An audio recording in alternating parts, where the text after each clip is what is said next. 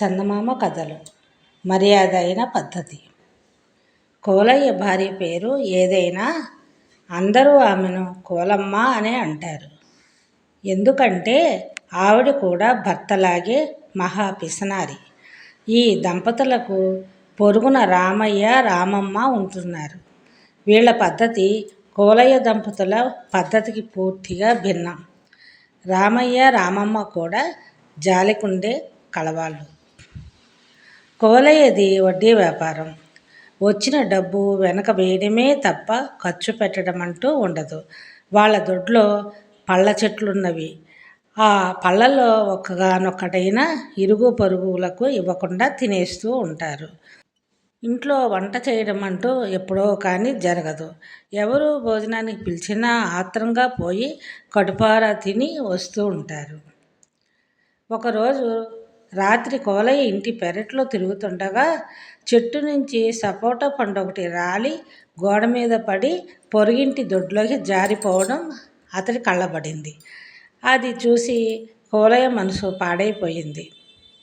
భార్యని పిలిచి జరిగింది చెప్పాడు. వెంటనే గోడ దూకి పోయి పండు తెమ్మన్నది భార్య.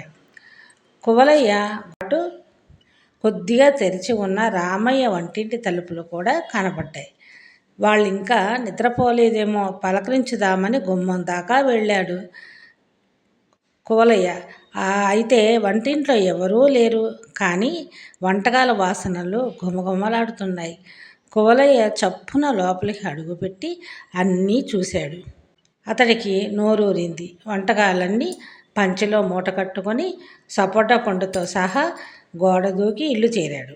జరిగింది విని భార్య అతడు చేసిన పనిని మెచ్చుకున్నది. ఆ రాత్రి ఇద్దరూ కలిసి ఆనందంగా విందు భోజనం చేశారు. మర్నాడు రామయ్య ఇంట్లో ఏదైనా గొడవ వినిపిస్తుందేమో అని కోలయ్య దంపతులు ఎదురు చూశారు.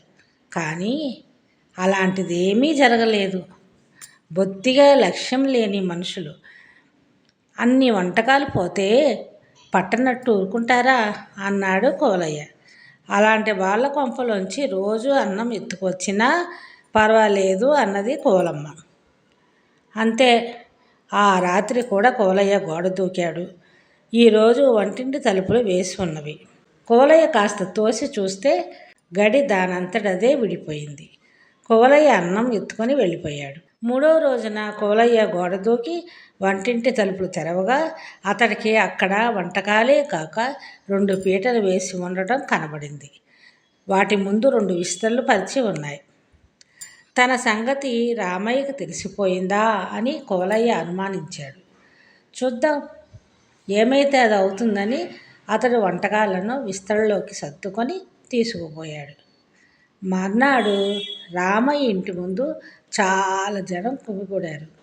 విశేషం ఏమిటో అనుకుంటూ కోలయ్య అక్కడికి వెళ్ళాడు.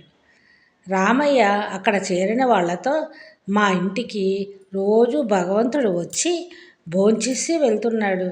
మొదటి రోజున ఇంట్లో వంటకాలు మిగిలిపోతే వాటిని దేవుడు తినేశాడు. నేను కుక్క తినేసింది అనుకున్నాను. అయినా విషయం తెలుసుకుందామని రెండో రోజు కూడా వంటకాలు ఎక్కువ వండాం. వంటింటి తలుపులు వేసేసాం. అయినా వంటకాలు మాయమయ్యాయి. ఇది కుక్క పనో దేవుడి పనో తెలుసుకుందామని మూడో రోజు విస్తళ్ళు కూడా వేశాం. ఈసారి విస్తళ్ళతో సహా వంటకాలు మాయమయ్యాయి. అంటే ఇది తప్పకుండా దేవుడి పనే అయి ఉండాలి కదా అన్నాడు. జనం అంతా అవునన్నారు. ఈ వింత చూడటానికి రోజు రాత్రి జనం రామయ్య దొడ్లో పోగవుతున్నారు. వారం రోజులు గడిచినా దేవుడు ఆ ఛాయలకేసి రాలేదు. దేవుడు ఇంతమంది కళ్ళెదుటికి వస్తాడా? రహస్యంగా చూడాలి కానీ అన్నాడు రామయ్య.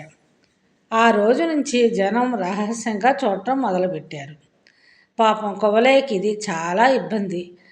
ఆ రామయ్య వెర్రిబగురువాడు కాబట్టి దేవుడొచ్చి తినిపోతున్నాడు అనుకున్నాడు. అంతవరకు బాగానే ఉంది. కానీ మధ్య ఇదేమిటి?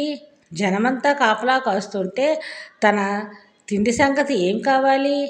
దేవుడొస్తాడని ఏ వెధవ ఎక్కడి నుంచి రహస్యంగా వంటగదికేసి చూస్తున్నాడో తనకెలా తెలుస్తుంది? ఈ ప్రచారాన్ని తిరుగుముఖం పట్టించడం కోసం కోలయ్య తన భార్యను ప్రోత్సహించి రామయ్య దగ్గరకు పంపాడు. ఆమె రామమ్మతో, ఏమమ్మా వదిన, రోజు దేవుడొచ్చి మీ ఇంట్లో తినిపోతుంటే ఆ సంగతి ఊరంతా డప్పు కొట్టించాడు అన్నయ్య. ఇప్పుడు చూడు, మరి దేవుడు రావడం మానేశాడు. అటు అన్నయ్యకు వెర్రిబాగుల వాడన్న పేరు వచ్చింది అన్నది. ఆయనేమి అంత వెర్రిబాగుల వాడు కాదమ్మా, ఆయనది జాలిగుండె అంతే అన్నది రామమ్మ శాంతంగా. అంటే అన్నది కోలమ్మ ఆశ్చర్యపోతూ. వచ్చి తిండి తినిపోయేది దేవుడు కాదని, మనిషేనని ఆయనకు తెలుసు. కానీ అంత రహస్యంగా వచ్చి తిండి ఒక్కటే తినిపోతున్నాడంటే వాడు తిండి కోసం ఎంతగా ముఖం వాచిపోయి ఉన్నాడో అర్థం చేసుకోవచ్చు. అలాంటి వాడు గర్భదరిద్రుడై ఉంటాడు. అన్నార్తుడికి అన్నం పెడితే అది దేవుడికి పెట్టినట్టే అని ఆయన అంటూ ఉంటారు.